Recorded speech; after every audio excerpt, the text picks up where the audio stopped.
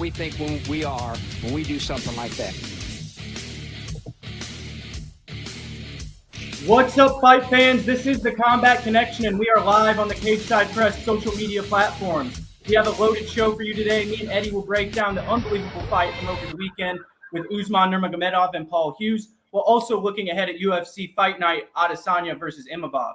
But first, joining us now on the Cageside Press social media platforms is Midwest flyweight prospect Brett Cagle. Brynn, we spoke briefly last show. You just picked up a big win over the weekend with a first-round submission over Messiah Clark. Talk us through how that fight went, and did it go exactly as you expected? Yeah, man, it went really well.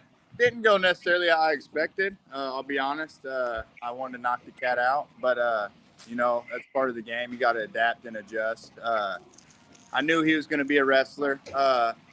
I honestly don't really watch film a lot of the time, and I was sitting in the hotel the night before. My corner man and teammates like, hey, let me at least get an insight on this guy. And we see the stand up. I'm like, yeah, no disrespect to him intended by any means, but I knew that was going to be a big change in what he's seen before. So I knew once I started getting to touch him, I was going to be defending takedowns essentially, which he did a great job.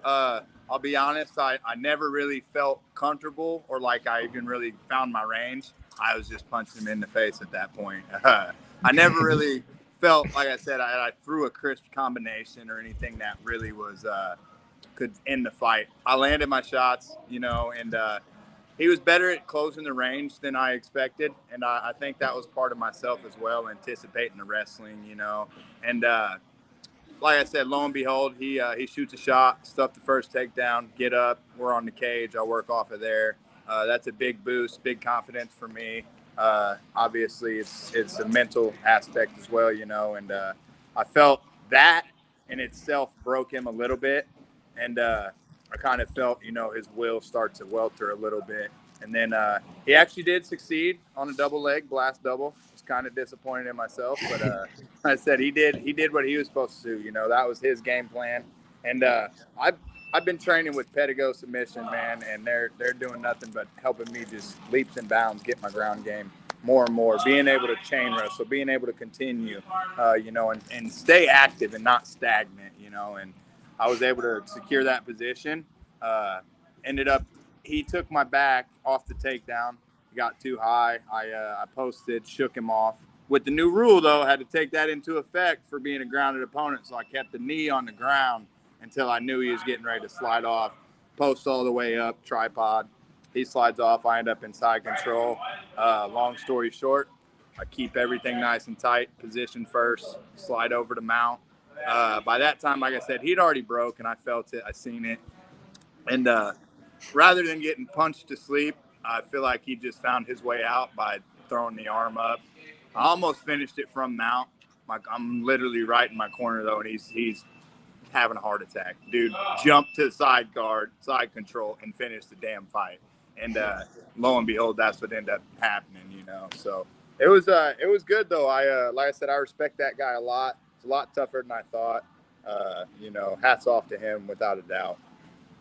That's awesome, man. That's a big win for you. And speaking of staying active, it looks like you're going to have another fight under Caged Aggression's banner. Is that coming in March? Yeah, March 20th, 21st, and 22nd. It's going to be another 3-night event. Okay. Mike Goodwin's a crazy guy, man. But this is the third time he's done it, and I'm fortunate enough this will be my third time fighting on it as well. 2-0 currently on the 3-night events. So I'm looking to make it 3-0 on the 3-night events, So. Is that over there in the Quad Cities? Yeah, that'll be in Davenport, Iowa. Awesome. Do you know who you're going to be fighting on that yet? I got an opponent. His name is Edwin Jimenez. Looks pretty well-rounded. ironing out the details on that, but I'm expecting to be up there, like I said, either the 20th, 21st, or 22nd, and go perform there. So looking forward to that. Great production, great platform. Same thing with Chosen Few Fighting Championship, which is who I just fought for this past weekend. Top level, man, for not being as well known as I am used to fighting on promotions. They were above and beyond. Definitely very impressed with those guys. Josh Hughes as well.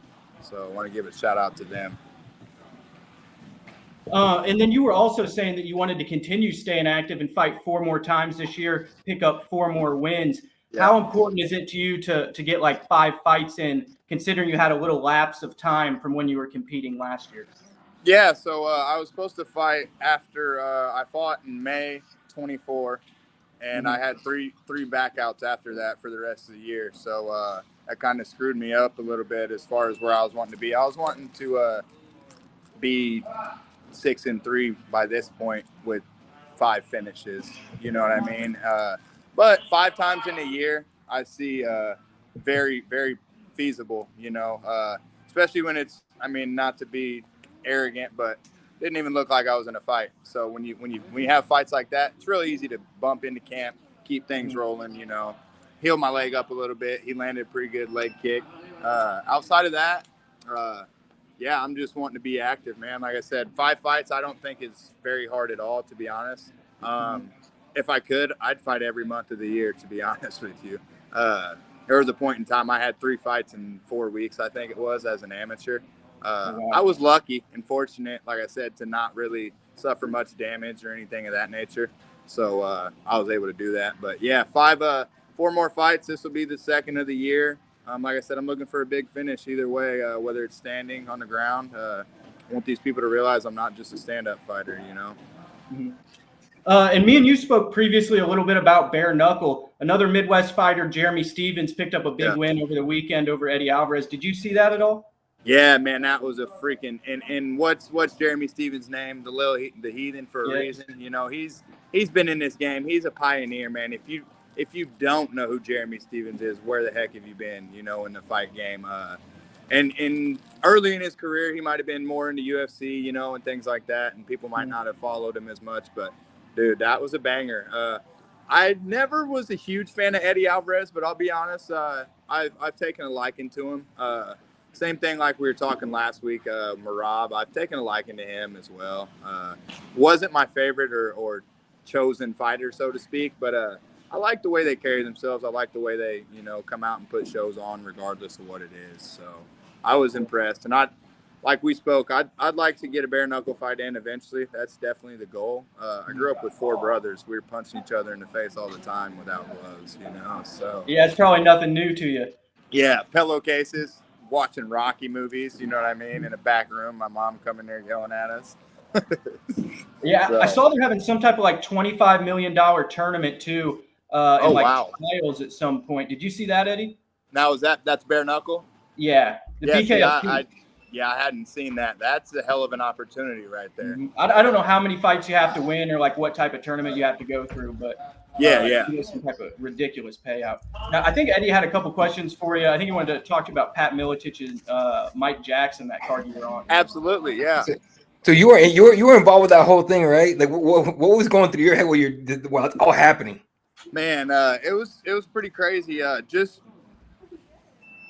being in the sport as long as I have been, I do consider myself a vet. I've been fighting for 10 years, training for 15. But to be and share the locker room with Pat Miletich, to know all the dynamics, which I don't know every political detail and, you know, what agenda Mike Jackson was putting off and vice versa from Pat. But just as a fan, I was kind of, you know, to be honest, just starstruck. You know, I'm in the back with Matt Hughes, Jens Pulver, Spencer Fisher, Pat Miletich, you know. It was a hell of an experience. Something I'll definitely remember for the rest of my life. And I think pride kept Pat from getting off the stool because he didn't want to get knocked out or whatever it may have been because he was so tired. 2-0, hands down, not even compatible, you know. I don't know what Mike Jackson's real big deal was to begin with. I feel like he just got some hype behind him because he pulled Pat Miletич's name, you know, and then affected some of Pat's financial situations by the statements he made. You know, he used to commentate for LFA, XFO, all those promotions.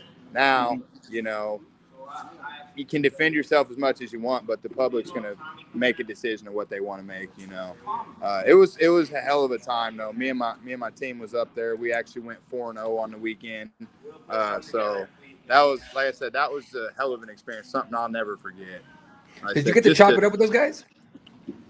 Yeah, a little bit. Nothing too much because, you know, obviously I know Pat was, you know, kind of focused, but we're just getting back there more to sit back and just listen to the stories, you know. Spencer, like I said, Spencer Fisher, Jens Pulver, they're just all talking about the times and coming up to this point, you know. Just asking for a little bit of advice, you know. I mean, who wouldn't? You know, that's one of the pioneers of the game in general, especially in the Midwest, you know. So that was definitely a pretty cool, like I said, you call it what you want, but I was fanboyed out big time, you know, so. It'd be hard not to be fanboyed out if you were in you know, Pat Miletич's locker room. It'd be kind of hard. Yeah, you know what I mean? I'm just like, man. And he's telling me, you know, he's like, I've watched you compete. I've commentated for Cage Aggression. So just for him to even take the thought to tell me, hey, you know, work on this, or I've seen you improve here and keep up doing this, you know, that goes to show a lot, too, of who he is as a person also, you know, outside of martial arts and everything else on that manner, you know. Oh, there you go, man. All right, Brett. All right, man. Thanks, Brynn. We really appreciate you hopping on. And before you have your fight with Caged Aggression in March, we'd like to have you back on again. Absolutely. To that fight, man. All right. Yeah, hey, Thanks, that would be a pleasure, Brett. And I appreciate you as well, Eddie. It's big appreciation, man. If you got a page on Facebook or whatever, send it to me so I can like it, share it, all that good stuff. I'm all for the support, and I know the feeling's mutual. So I appreciate you guys big time. Yeah, appreciate you, Brynn. I'll send you the link after the show. Absolutely, brother. You guys have a good one. Thank you very much. You too, man. Thank you. Yeah. All right, that was Brynn Heathock, Midwest flyweight prospect who picked up a big win over the weekend in the first round with an arm triangle. We've got a lot to talk about, Eddie. PFL, you know, we rag on them, but when they show up, we've got to give them their flowers too. This was the best PFL fight that I've ever seen over the weekend. Most competitive, most on the line, highest stakes. And when you look at the promotion leading up to this one, it's exactly what we want to see from the PFL moving forward. If you look at the social media numbers on Instagram, likes, sends to other accounts way up from where they're normally at. Everybody was really tuning into the PFL for this one. How impressed were you with the production of the show and the fight in the main event in general? Donnie, this is how you run a promotion, Donnie. You put fights like this together. Not garbage, not tournament stuff. This is the kind of fight you want to put together. Dude, Bray, he fucking nailed it. Finally nailed it. Now, let's work on the promotion, Donnie. All right, Don Davis, I'm talking to you, bro. Like, you're on the way. All right? And hey, you got a big leg up from GFL. from GFL trying to pretend like they're doing something, okay? So you're on the way, Donnie. Don't screw this up. That being said, dude, hell of a fight. Who did you have? Because the whole thing was back. It was so I had a close draw. to me. I'm not going to lie to you, Eddie. I had a draw. I had the first round going to Usman, the second round going to Hughes. Then I had, I think Hughes winning. There was a point deduction in the third, which made it a 9-9. Right there. I had Hughes winning the fourth and Usman winning the fifth. So I had it 47-47. I had a draw. I had a complete draw. And I was like, dude, hell of a fight, draw. If it wasn't for that point, I would have been like, Usman, no problem. But then the scores come out, and it's like the point never got taken away. I know the score reflected the point getting taken away, 48-46, right? It's supposed to be 49. But did they not see what the fuck happened? It wasn't one foul. It was multiple. He did it multiple times. And he didn't do it by accident, okay? I don't give a shit what anyone says, okay? In this game, it's a fight. This is not basketball where you flop and get a foul. This isn't football where you're Patrick Mahomes and the ref save your ass every 2 seconds. This is fighting. So, yeah, if you get away with some shit, it helps out. Yeah. Usman was tired. Okay. Those fouls were very helpful to Usman. I don't care what anyone says, dude. I've been arguing with people since the fight about that. And I go, no. Look, he won the fight. Great. He keeps his belt. Fine. I want to see a rematch ASAP. But still, he's a champion. All props to him. You cannot convince me he didn't do that shit on purpose to get a break. You can't.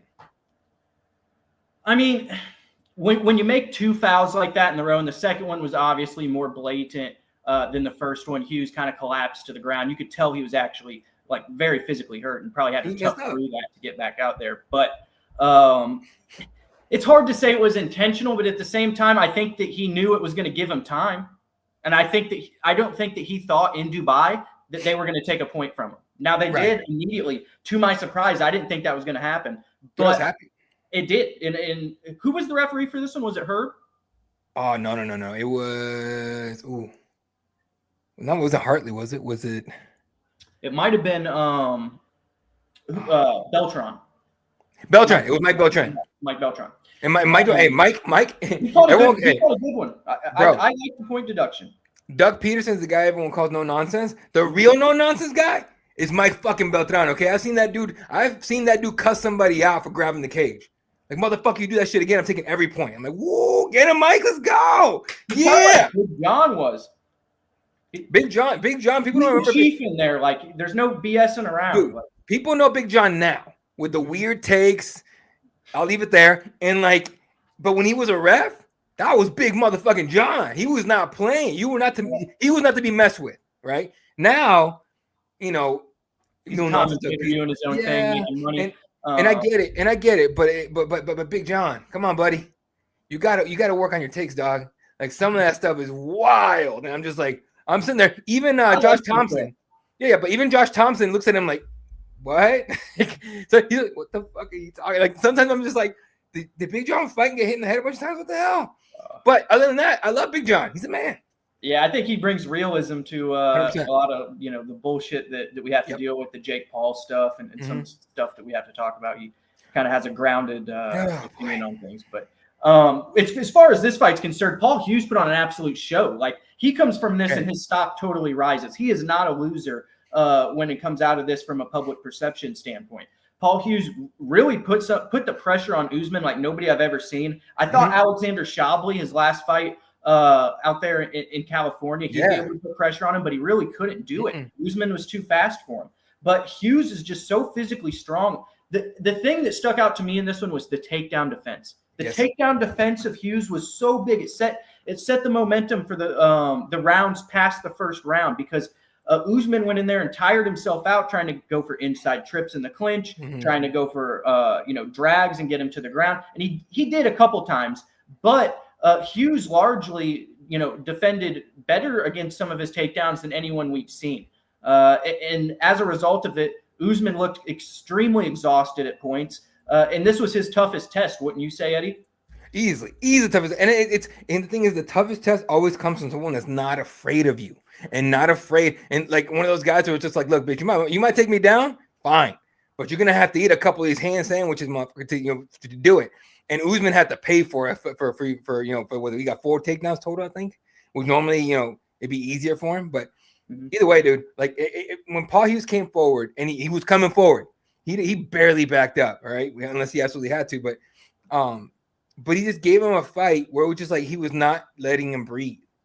And that will mess with you up here. If you're especially if you're defending champion and the challenger comes in, you're this big bad champion, been champion for a long ass time. Your last name's Nurmagomedov. Your corner is freaking star-studded with Khabib, Islam, and I know Umar wasn't there, but still, like, you know what I mean? There was no fear from Paul Hughes. I became a Paul Hughes fan after the headbutt, right? He's in the corner and he looks over to Usman and just gives him a big ass smile. But it was one of those like, bitch, I know I got you now. I know you scared now. Like, I ain't dead yet. Let's go, boy. That one kind of, I'm like, oh, I'm a Paul Hughes fan. I'll watch that dude fight anybody. Oh, he's that guy, man. And his attitude coming in there, stone cold killer, completely confident in himself. He thought he was going to finish Usman, and he even said it in the post-fight presser. He thought he was going to finish him coming in. That's how confident this guy was, in this fight. And he really fought like that. He fought up to his potential. And really put on a show. Now, one thing I want to talk about, Eddie, we normally talk about how PFL can't draw. The Irish fans somehow got on flights to the Middle East to support their boy Paul Hughes, and you could actually hear the Irish chants in the crowd throughout the fight. And it sounded like Usman, who was fighting in the Middle East, predominantly a Muslim area, was it away territory with the Irish fans of Paul Hughes there. Yeah, no, it was awesome to see. because obviously I don't think they have to travel that far in this time, right? Because usually when they travel for Conor, when they used to travel for Conor, they don't do it anymore. That's probably a shorter flight for him than It's for shorter flight, shorter travel. The one thing I never liked about people flying out to see Conor is that they would fly out to see, but you could like there's no way a lot of people didn't take out like loans and shit to like do that and put it on credit cards, and that's what bugged me a little bit back then. But either way, you make a choice to go, right? But it was awesome to get a huge pop for him walking out. Usman didn't get that much of a pop. He got some, but not as much as Paul. So it was really cool. The after stuff with Conor, that was, yeah, I don't know, dude. To talk about what do you think? I don't know where to stand on this one because I don't. I mean, you guys know. I mean, you know, like the UC on the screen has the only graphic that I had ready to go. Habib gave Paul Hughes. So did you see the video of him talking to Habib and Usman after the fight? Yeah, he was basically saying all respect the media and people trying to pit us against each other. But they were kind of running on that narrative that at least the PFL was for promotion, and that's what you got to do, no problem. Right. But I like how Paul was being respectful. But then Conor kind of tweeted afterwards saying that he was, for lack of a better words, being a kiss ass. I think Conor put it a little bit more, said a little bit more over the top. But he wants Paul Hughes to kind of be arrogant, act like him, have this rivalry with Dagestan where it's not, this respectful thing. And there we go. So what was caught in the audio, right? And this is literally the moment when it was happening. The camera's on the other side, but he's talking to Usman and Habib, and he said, "I'm not like the other guy. I'm my own man," right? Okay, and everyone assumed, but he didn't say the name Conor McGregor. I'm not like Conor, but I'm my own man, right? But you could tell how heavy that hit. Conor just assumed it was him, right? Which, let's be honest, he probably was talking about him, right? Because and so for the weird thing is now they have this little rivalry between each other, between Paul Hughes and Conor McGregor, and they're saying all this stuff. You're not loyal and all this shit. This is like, it's like, dude, he's just making a point. He's his own man, right? Now, I'd love the entire audio to be released, not just that part. What was said before, right? Like what was said before, and so that the whole thing is blown up out of proportion, in my opinion. Conor's using it to keep his name, relevant, all that. And honestly, he doesn't need to. It's Conor McGregor. He's relevant no matter what, right? He's relevant really until he decides not to be relevant anymore. I mean, the Conor effect is still, it's not as powerful as it used to be, but it's still there. I mean, that's why BKFC was massive with him, right? He shows up and does a massive, well-rehearsed promo. Finally, I've been saying for years, go back to rehearsing your promos because that's what he used to do when he was younger and all that. Remember when he used to do it off top of his dome? It's terrible. Back then, when he was rehearsing his lines for pressers and all that kind of stuff, again, people were tuning in for pressers like no other. And Conor delivered at BKFC 100%, right? But when he's in front of the mic, he's got the world in the palm of his hand. 100%. And he knows it. And that's why he looks for the mic all the time. But that's also why he does stuff like this. And I know a lot of people are like, backing him up and stuff like that. And Paul actually got back to him, said, all said you were the GOAT, paid homage at every opportunity, but coming at my Irish identity just shows where your head is at, right? That's what Conor did. And honestly, here's where I sit with it. Conor likes to call himself, I'm the man, the best fighter, blah, blah, I'm the GOAT. Paul Hughes didn't delete his tweet, Conor. You deleted all your tweets talking about Paul. Who's the grown man, my friend? Stand on business. Stand on what you say, dog. Stand on what you say. But you know what he won't do is that. He deletes all the tweets. And Paul Hughes left his up. And he was honest. He's like, I'm just saying I was my own man. But now I know how you feel. Cool. We're not going to pretend anymore, right?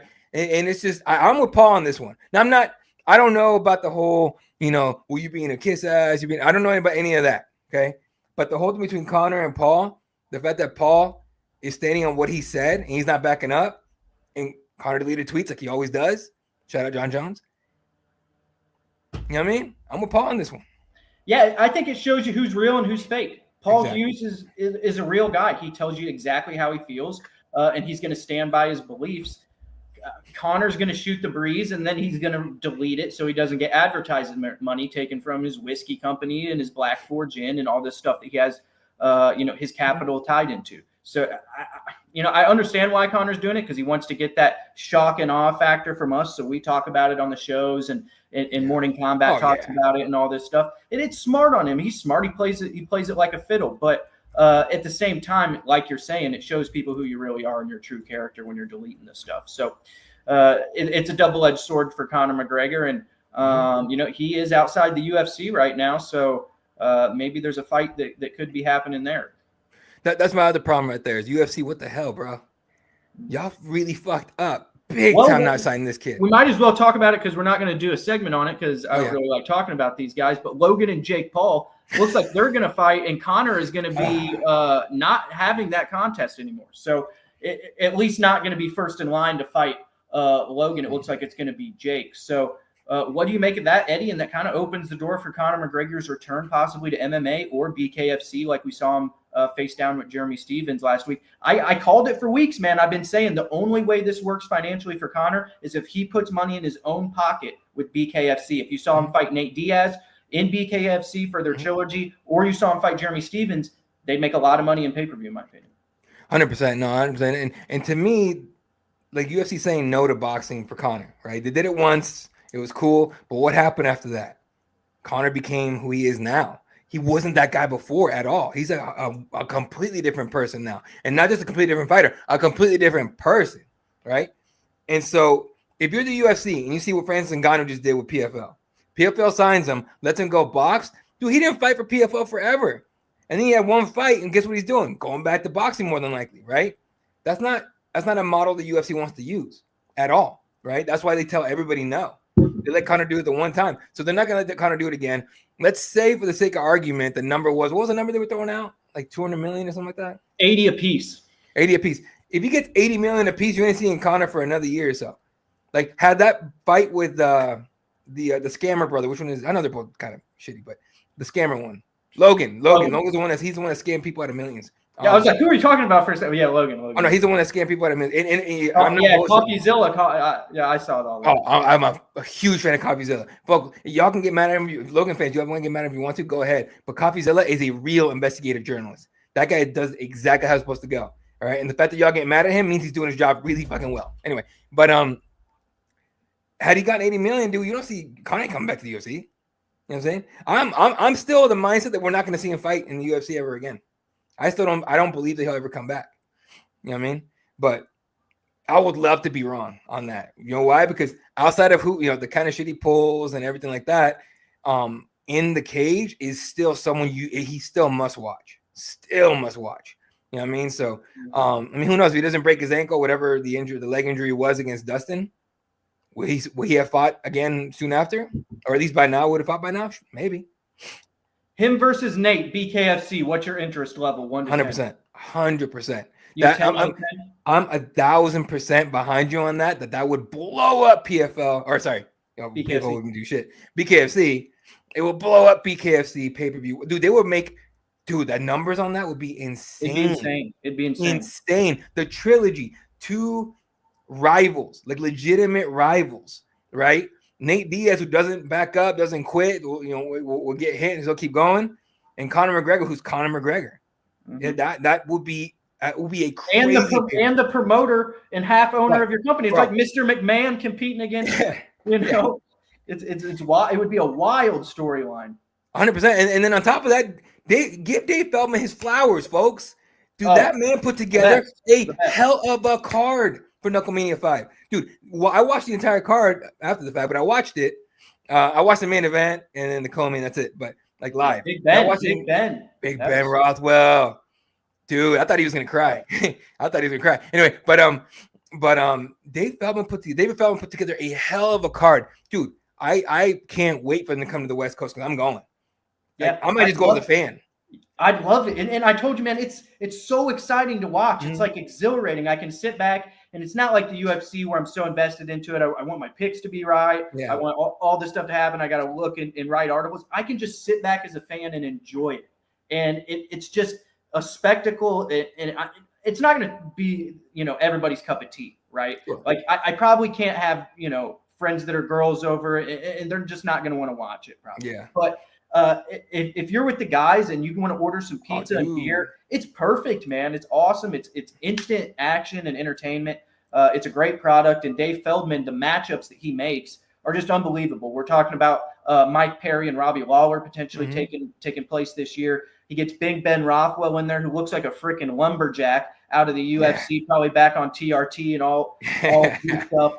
But he looked great. Yeah. He looks like the bare knuckle. If you said this is the bare knuckle fighting champion of the world heavyweight, you'd be like, all right, that makes sense. You know, he looks the part. And I think Dave Feldman's just doing a great job as a promoter. I said it last week. I think he does more with less than any promoter in combat sports.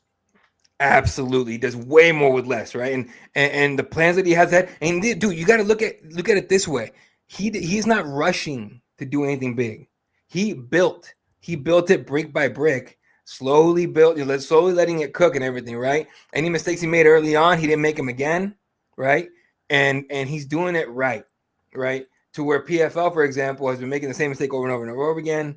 And you know, they finally caught a little bit of fire here this last weekend, but and they can build off of that, but they've been having a hard time building anything, right? They just try to go too big way too soon, and Feldman must have seen that, or at least knows better, and we're just like, no, we're gonna just keep cooking, keep building, and now we're gonna build hopefully into a pay-per-view. Hopefully it's Conor and Nate, or Conor and I don't know, Alvarez. Conor and Stevens would be great.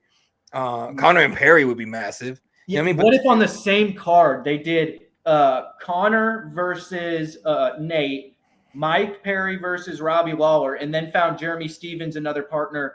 I don't know who Jeremy could fight. They have to have a champion at that weight class, though, right? Because Eddie technically wasn't the champion. I know they do have title holders, like Lorenzo Hunt was holding 2 belts.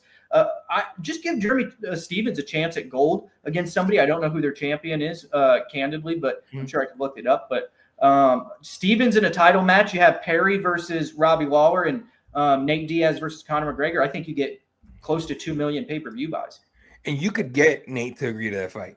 I think you could too. It'd be just crazy enough. It'd be right up his alley. Oh, dude. So, yeah. Real quick, because you mentioned Lorenzo Hunt. That is an insane human being. That man is fucking crazy. And I want to hang out with him just one time, asking questions like, why does your brain work the way it does? Because you are a psychopath. Like, you just have a look on your face. You would just murder everybody. And it's fucking nuts. And he's still a nice guy on top of that, right? But either way, like, I just want to hang out with him one time and be like, dude, why are you nuts? Like, I just need to know how that works, because he's just an intense human being. No, but so in terms of, actually, I'll put it on the screen if we can do this shit right now really quickly, just because I know not a lot of people know that they have champions. Ben Rothwell, heavyweight champion. Chris Camozzi's still the cruiserweight champion. Okay. What do we got? Mike Richmond is light heavyweight. David Mondell is middleweight. Austin Trout's welterweight. Oh, Austin Trout. I think he fought Canelo back in the day. Oh, you might be right. Franco Tenaglia is the lightweight. Featherweight goes to Kai Stewart. Bantamweight's Alberto Blas. John Dodson, flyweight. Let's get Kai Stewart versus Jeremy Stevens. That's what I want to see. I want to see Jeremy Stevens in there with the belt.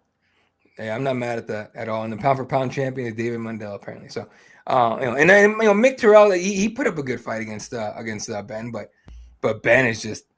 Ben knocked him out like the first punch. It was crazy, man. He flatlined. Dude, did you see this insane knockout?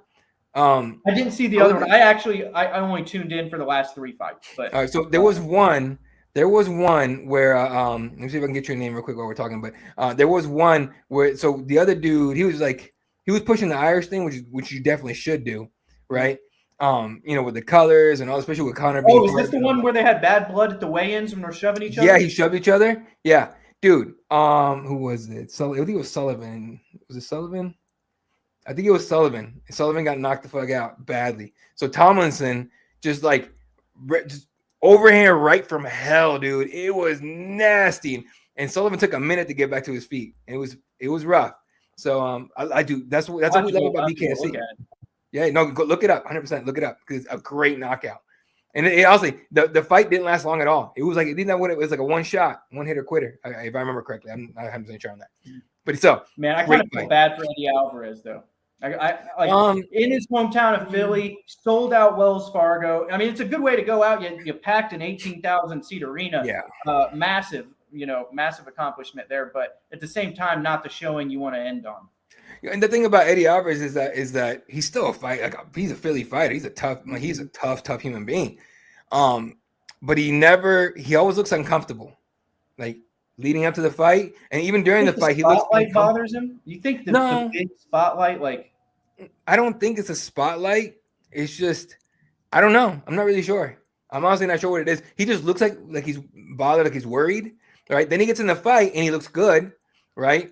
But then he gets his jaw broken. I think it was early in the first round or whatever it was that he said. And first of all, Jeremy Stephens is a maniac. Holy shit. Right? If you can remember back to that press conference, the reason, who the fuck is that guy? Why the reason that's a bullshit fucking little quote is because Jeremy Stephens just spoke up when Conor McGregor was the big shot, right? Mm-hmm. So it's cool to see the whole thing come like full circle, and now they're facing off, might even fight. Yeah, and Stephens afterwards, did you see Stephens at the press conference? It was awesome what he was talking about. He was basically saying, this is my sport. I'm built for this. He's like, Mike Perry said he was built for this. He's like, I'm built for this. I had to go through public humiliation with Conor, the who the fuck is that guy bullshit. He's like, I've had to go through so much personally, people don't even know. And he's like, this is, it's like giving him a new lease on life that he now has this opportunity, to exceed in this sport. I just really want to see him become a world champion in BKFC. Hope he gets that opportunity. But for Eddie Alvarez, it might be the end of the road for him. Unfortunately, but he did go out in front of his hometown fans in the biggest arena possible there in his city. So great card. Again, credit to David Feldman, but we've got an exciting fight night to talk about this week. UFC Fight Night, Israel Adesanya versus Nasruddin Imavov.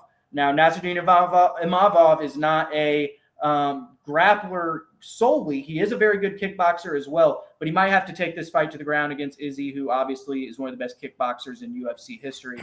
Now, this is the first fight for Israel Adesanya since 2019, I believe, that is not a world championship contest. So very interesting there. And what do you make of this matchup? It's kind of a step down in competition for Israel Adesanya, but it's going to be a good test as well to see where the grappling's at this stage of his career. So it's a great fight for Izzy, right? And for both men, honestly. For Izzy, it's okay, cool. I'm gonna take a step back. I'm gonna fight somebody. I'm sure what I still got. I worked on some things and everything. Get a little warm up, and I'm gonna knock this dude out or beat him, whatever, and move on to maybe a title shot sometime soon.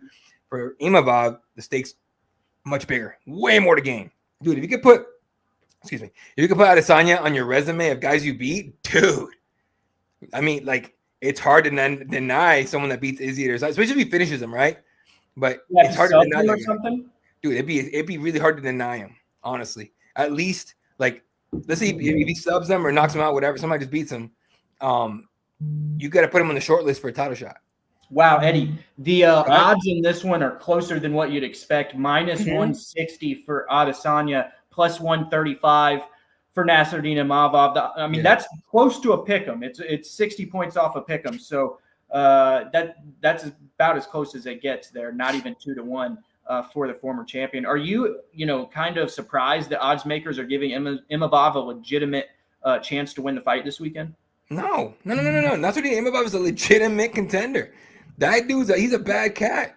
The only reason people don't know him as someone that could actually do, pull off a title shot at least, is because his name is Nasruddin Imavov, and he's Russian. He's not from here. That's the only reason. And he's not loud. He doesn't speak English. No, does he? He might. I can't remember. Yeah, he does. Where is he? He's from France. I think he trains out of that same gym as Cyril Gane and Francis came from. Yeah, he fights out of France. Yeah. But I want to say he speaks a little bit of English at least. And anyway, regardless, like, that's the only reason people don't think of him. And he doesn't get like highlight reel shit either. But come on, man, he's a shit. Yeah, I think that he's one of the most well-rounded martial artists that we have in the middleweight division right now. Like I said, he's a talented kickboxer, but also has that grappling in his back pocket when he needs it. I think he uses it in this one. I honestly wouldn't be surprised if Israel Adesanya loses this fight. You got a guy who is, technically sound in Imavov.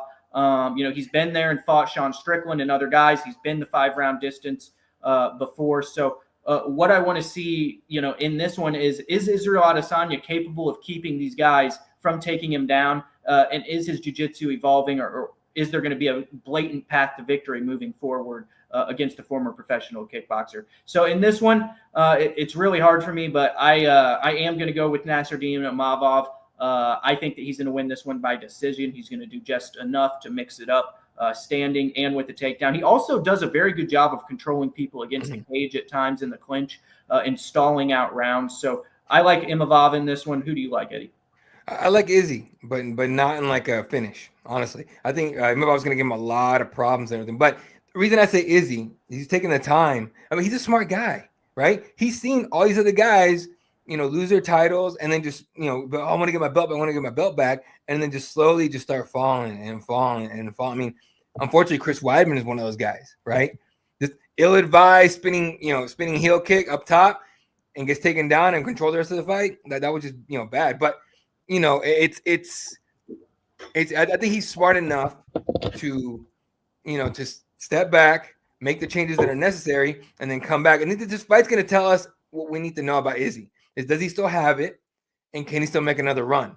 With Drickus as champion, with what's up? You good?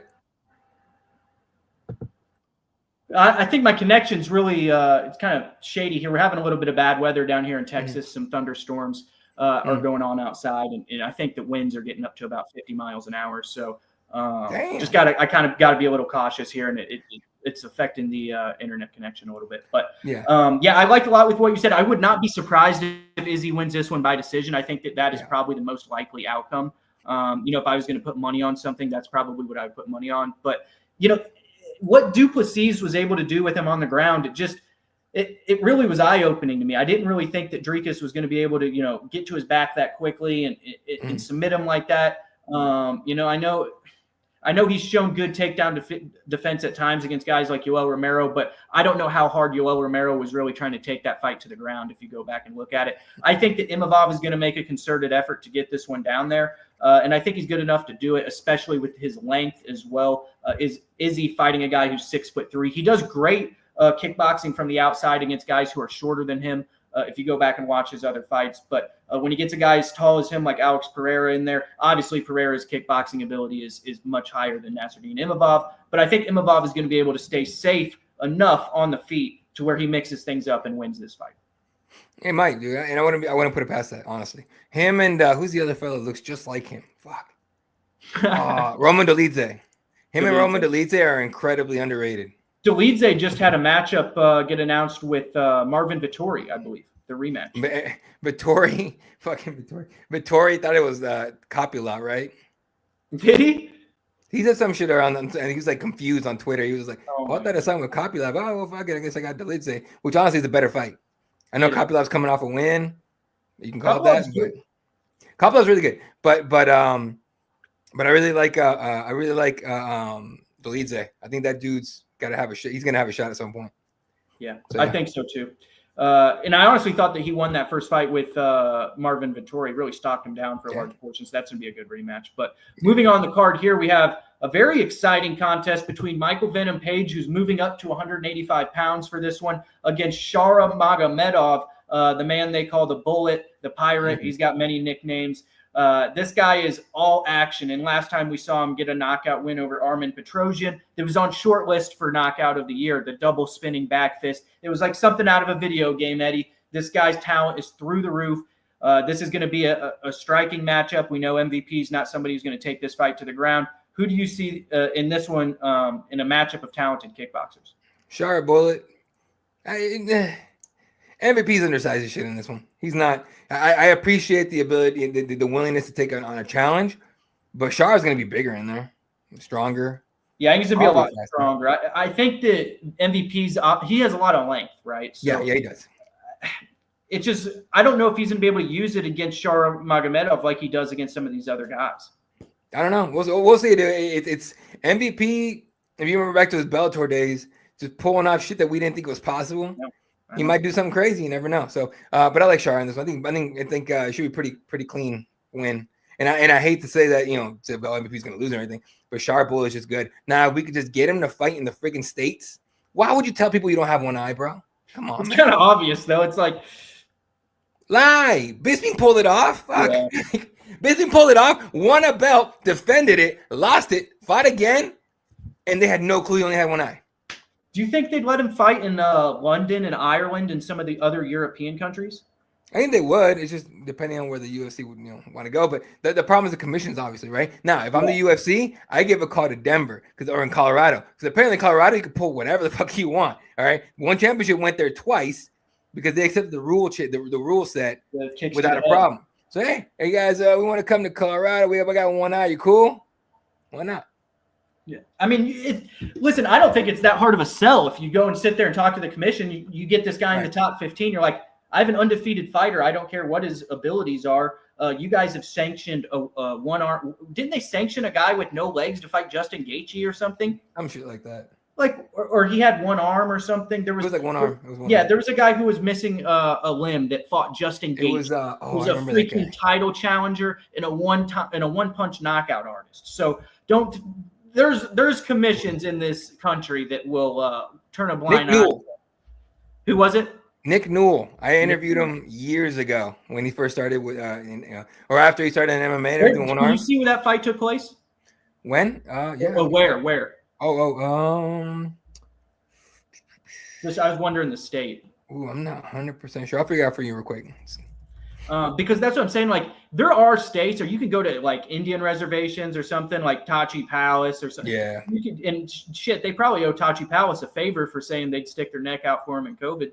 But yeah, that never Florida. Happened. It was in Florida? Daytona Beach, Florida. That was the fighting.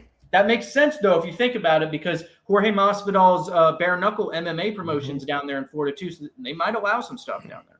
Yeah, so I think maybe you give them one more, because the Saudis got that money, dude. They're gonna the UFC be back in Saudi Arabia probably one more time this year, if not early next year. Give Shara Bullet one more fight against like a contender, right? And then make it worth it. Then come back to the States and be like, hey guys, we have this. It's a title fight. He's gonna fight for a title, blah blah, some stuff, and see what's up. But I think it's hard to push Shara Bullet as great as he is and as awesome as the nickname is and all that. It's hard to sell that when you can't get him to the States. It's just impossible. You see Rick Allen talking shit in the comments? Rick, catch me on Keyboard Warriors, bro. but no, Eric Nixick has been seen without his hat on. It's a comfort thing, honestly.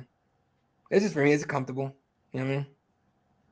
Come on, Rick. No, Rick is cool. Rick will come on. He always throw some sideways shit, but he and I go back and forth at the on the fight campaign. He's cool. He's cool. That's awesome, man. He'll ask you some sideways shit for fun, and then talk fights. What do you think about MVP moving up to middleweight here, though? I know he's fought guys in the past who have also competed at middleweight. Douglas Lima moves up between 170, and now we saw him fight at 185 versus Aaron Jeffrey. Mm-hmm. I don't know. I think that there's not going to be that much of a difference because MVP is very tall, but I don't think he's going to be one of these guys who just looks like a new fighter, like some energized and more fresher thing like what we saw with Davison Figueiredo when he moved up. Do you expect a higher level or a higher version of MVP in this one? Well, look, here's the thing. MVP's 37, dude. I think he's just throwing shit at the wall, see what happens. I think he knows it's almost over, right? So I think it's when I was like, hey, man, I got a chance to do something crazy. Why not try it? I'm sure he's getting paid. He's probably getting paid pretty decent, right? So I think it's a good move for him. I just don't know if he's gonna pull it off. But who knows? We've seen crazy shit happen. I've got Shara Magomedov in this one by decision. What about you? I got him by decision as well. Maybe even knockout, but I'm gonna go decision on this one. Moving on down the card, we do have a heavyweight matchup, strikers as well in this one. Sergey Pavlovich, the first-round knockout artist, versus Jairzinho Rozenstruik, the very talented technical kickboxer. Who do you like in this one, Eddie? It's kind of, in my opinion, power versus skill. Can Jairzinho Rozenstruik stop Sergey Pavlovich from basically bull rushing forward and landing brutal punishment on him like he was able to do to 6 in a row that he finished in the first round before losing to Tom Aspinall and then Alexander Volkov? No, I expect Sergey to go through him like a train wreck, like a freight train. Sergey Pavlovich, dude, have you seen him? Did you see when he was doing like the shadow box and stuff like that on the beach? And then his hands are fast. Uppercuts? Dude, his hands are fast. For a 250, 60, whatever he is, pounder, the fuck? That's way too fast where he got that big. With that much power? Come on, dude. Like, and Jairzinho, ever since losing to Francis Ngannou, ever since that fight, dude, he's been like questioning everything. Before that, he was just coming in forward trying to kill you, right? And smartly, but still.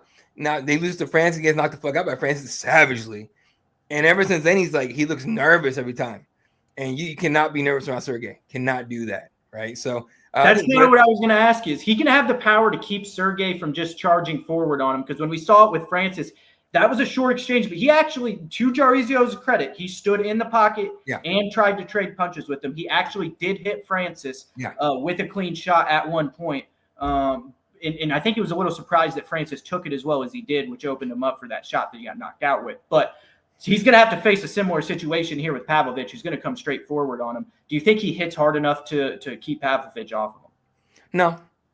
Yeah. No, I mean, look, that's the thing is I don't think Tom Aspinall hits really hard, 100%. Right? What Tom Aspinall did is he sniped them.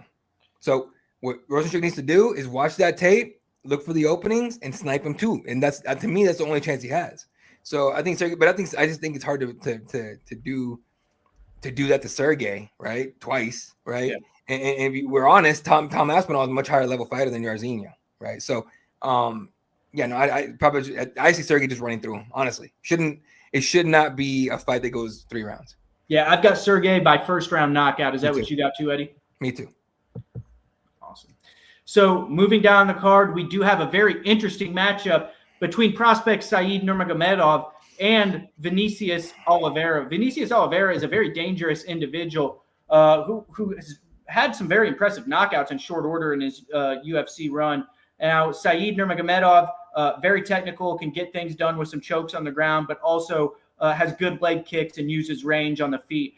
Very well-rounded and technical, somebody that I've had my eye on in this bantamweight division for quite some time. Who do you like in this one? I think both of these prospects are massively talented, and the potential here is through the roof. Look, man, is Said going to fight or not? Because 3 fights in a row got canceled. 2 were him pulling out. I just want to know if we're actually going to fight. But other than that, I like Said's forgetting the last name, but I like Said's potential. But Vinicius is a dog. He is a dog. So this is going to be a close fight. I think it goes all 3 rounds, and I think it's going to be a split decision. I think it's going to be one of those nastier fights on the card.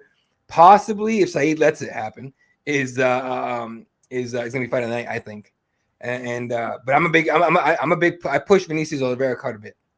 Yeah, I think what you just said really sticks out if he lets it happen, because I think Said Nurmagomedov at times may be able to take Oliveira to the ground, but Oliveira is just so unpredictable that he can hit you with 1 shot in the 3rd round. You could win the first 10 minutes. You could win by 10-8. You tie yourself out in the 3rd round. He's a dangerous guy to sit there and have to get through 5 minutes for if you grappled for the first 2 already. So Vinicius Oliveira, it's kind of unpredictability versus technical prowess, in my opinion, in this matchup.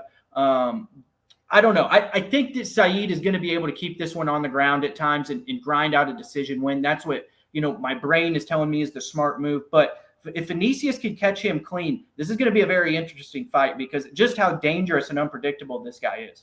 Yeah, I like Vinicius in this one. It might go split, maybe even knockout, depending. I mean, I would love to see him do like a flying knee, right? Or just throw a knee as soon as Said looks like he's even thinking about a takedown, just see what happens kind of thing. But I think it's going to be a hell of a fight. But I got Vinicius in this one by decision. Is this your pick for fight of the night?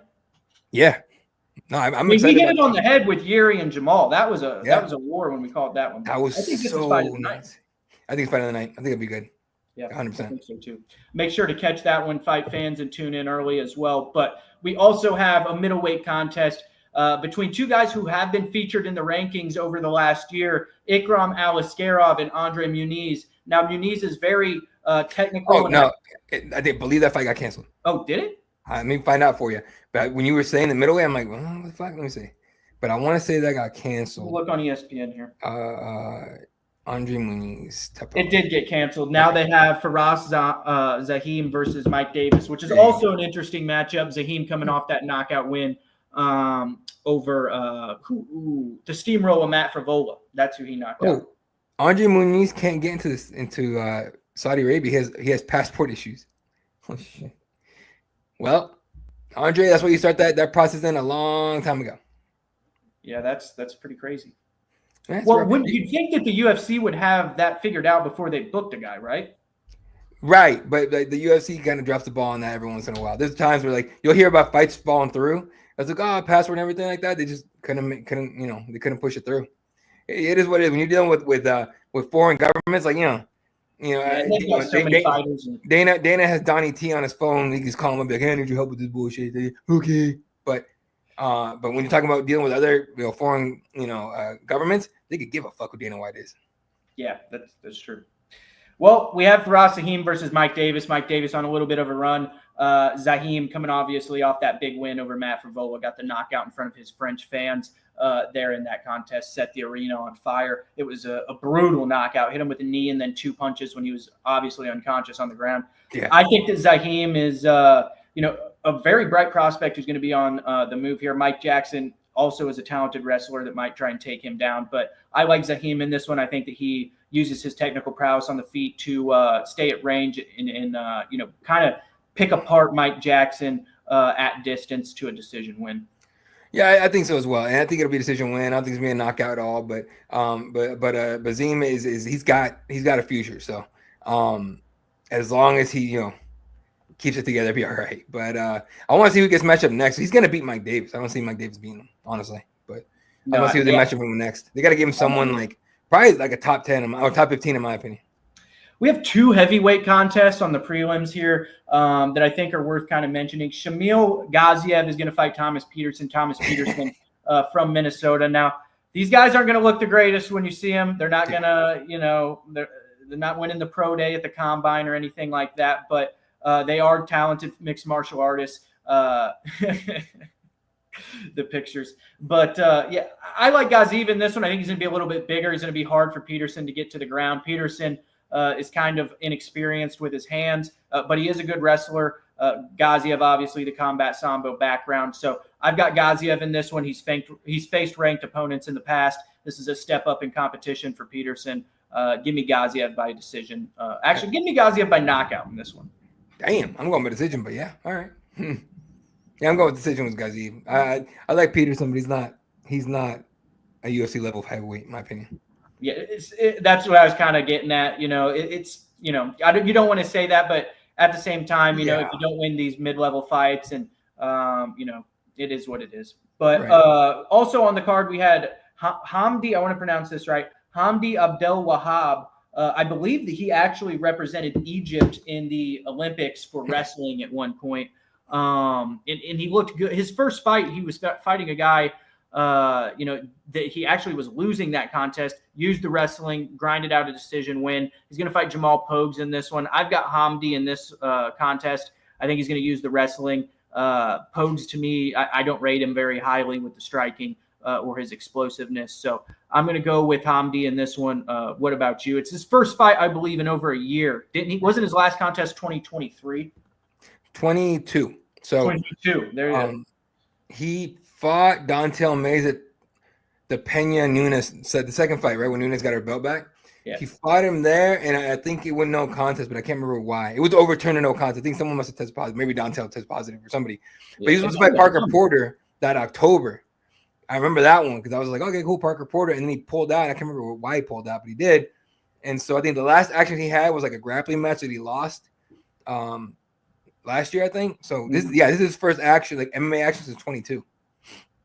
That's crazy. It's going to be interesting not only how he looks, but what type of shape he comes into this fight at in the weigh-ins and stuff. Right. So this will be interesting. First fight of the night. Tune in early if you want to see that heavyweight matchup. Undefeated Hamdi Abdel Wahab will face Jamal Pogues. Is there any other fights on the card for the prelims that you think are worth mentioning? I think Terrence McKinney fights Dusko. Damir Hadzev. Yeah.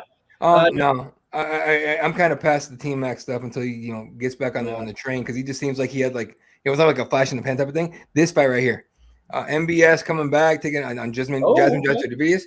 So Jasmine, she's on a tear and she's been looking better and better every fight. This is her ticket fighting. MBS is a former champion. I'm not losing my shit, right? I thought she lost the title fight to. She did lose the title fight. To Rocky. Yeah, okay. So she fought for the title. She just fought for the title not long ago. So this is a huge fight for her. Getting a former title challenger puts her at least maximum one fight away from a title shot, I think. If not into one, because we know how weak 135 women's is. But especially when the champion won't actually fucking fight.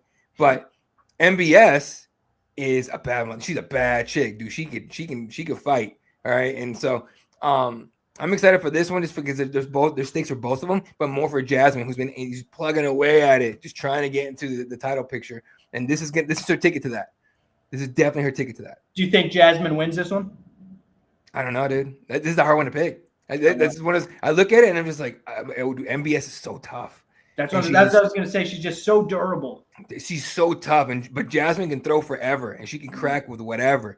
So it's gonna be obviously like every fight, whoever puts puts their will, forces their will into the other to their opponent. But I think it's time for Jasmine. It's a huge thing. So I'm gonna pick Jasmine in this one. They have Jasmine. The odds makers have Jasmine minus 260, almost a 3-1 favorite there for Jasmine. The disrespect. What the fuck? Anyway, sorry. Yeah. Yeah, plus 210 for Mayra Bueno Silva. I like what you're saying too. I got Jasmine in this one by decision. I think it's gonna be a good fight though. Yeah, I think it'll be a good fight. But other than that, I think to me, other than the couple on the main card, that to me is one of the more intriguing fights. But I think the best part for me for this fight, this card, it starts at 7 a.m. in Arizona. Breakfast fights. What does that mean? I have the rest of my day, bro. Rest of my day to do whatever I want. I know a lot of people that don't do what we do. They get pissed about that kind of shit, and I don't. You kidding me? The last time I had like a Saturday afternoon to do nothing, tripping. Oh, I know what I'm going to be doing at night. I think David Benavidez fights David Morrell, so I'm going to be watching that contest as well. Yes, we're not boxing guys per se, but that is going to be an awesome matchup. Cuban undefeated prospect David Morrell, 11-0 versus 28-0 David Benavidez. Benavidez wins this by like knockout somehow. Boy, you better be calling out Canelo. Oh my God, I'd be screaming at Canelo. Did you hear Canelo might be fighting Terrence in September? That's so crazy because that's not a good fight for Terrence at all. Not a good fight for Terrence. I want to see it because we never know. Terrence Crawford's still who he is, but that's not a good fight. That's not a good matchup for him. It didn't look like his power carried up in weight when he fought Madrimov his last fight. It did not. It did not because the other guy was bigger. Yeah, he's used to that weight class, right? So if you hit someone that's used to that weight class with your newly found power, it's not going to do anything. And the second they fell, Madrimov was that power puncher like Canelo either. And when Crawford, exactly. And when Crawford wasn't able to crack him, that dude's like, oh, fuck this guy. Let's go, right? So it's that kind of deal. So from the standpoint that I'm a fan of both guys, more Canelo fan than anything, but he's my favorite boxer of all time. But I like both guys, but I think Canelo's going to take this easily if they ever happen. So on that end, I hope it doesn't happen because I don't want to see Terrence get knocked the fuck out. But if it happens, I'm watching. Yeah, I'm watching too. I think that's a great fight, and it looks like maybe even in the same month or in September, then August or October, they're going to have Ryan Garcia versus Devin Haney, the rematch as well. That'd be some pretty big fights. Okay, real quick. How is it that Ryan Garcia tests positive and Devin Haney's the bad guy? I don't think people liked that they sued him. Like, they overturned the contest. You took all his money a lot. You sued him already. You took his money. Bro. And now it's like, what else do you need? So, and I don't think that the Haney family does themselves any favors. When you were watching that fight, Bill Haney was sitting there in the corner getting interviewed by the ring announcer. I don't know who it was, whether it was Jim Gray or whether it was Chris Maddox, but they were sitting there talking to him. They're like, how's this fight going? And Bill's like, we're winning every round. We're winning every – and literally as he's talking shit, his son got dropped with a left hook and sat down for the first time in his career. So it's like you're almost having to eat your words immediately, even during the fight. There's a lot of shit talk that comes out from people that never, laced him up professionally. So I don't really like that. I never am really a big fan. Listen, when you're Floyd Mayweather and you're trained by Roger Mayweather, who fought for world titles and was a legitimate bad dude, no doubt about it, your dad has a say in what you're doing. It's no different than Roger Clemens teaching his son how to play baseball. You're getting taught from the best. But if you're a dad who's getting into the sport like Bill Haney and you're not like an established world championship level fighter, and you're sitting here talking shit about other world championship level fighters and you never ascended to that level, it really puts a bad taste in me, the viewer's mouth, because it's like, what is this guy talking about? Is that kind of how you feel with it? 100%. Hey, the guys that I can't stand in boxing are the ones that are way too loud. That it's a detriment to their fighters. Bill Haney, Serrano's coach, that dude that comes out just yelling everything. It's like that dude's fucking pissed Danny off. Smith Garcia was coached by his father, and I always thought they had a good relationship. He was great with him in the corner. His dad would never necessarily talk shit, over the top against the opponents. But at the same time, you would have liked to have seen him be trained by Freddie Roach. what could his career have been if that was the case? But Freddie Roach, Jason Perla, whoever, but not him. Like, you know what I mean? So it's just with the boxers, it's a difficult one to figure out. Honestly, it's just weird. But I think it comes down to trust a little bit. They only trust 100%. Because in more in boxing than MMA, trust is massive. It's way important in everything, right? Especially MMA as well, but especially in boxing, you have to trust your team. If you don't end up like Floyd Mayweather. You end up like fucking people we don't talk about. Greg Hardy, I don't know, whoever. All right, fight fans, that's what we got for you this week. Tune back in next Tuesday. Had to take a day off, and we went on Wednesday this week, but we will be back next Tuesday. Eddie will be on vacation, so I'll be doing a solo show then. Real quick. I got to fire back at Rick. Rick, catch man, keyboard warriors. But he says, grown man with a baseball glued to his head. You're a grown man hanging out in YouTube comment sections, big dog, and you got 2 first names. Grown man. Thanks for watching, Rick. Deuces, Rick. Catch you on Saturday, bud. See you guys.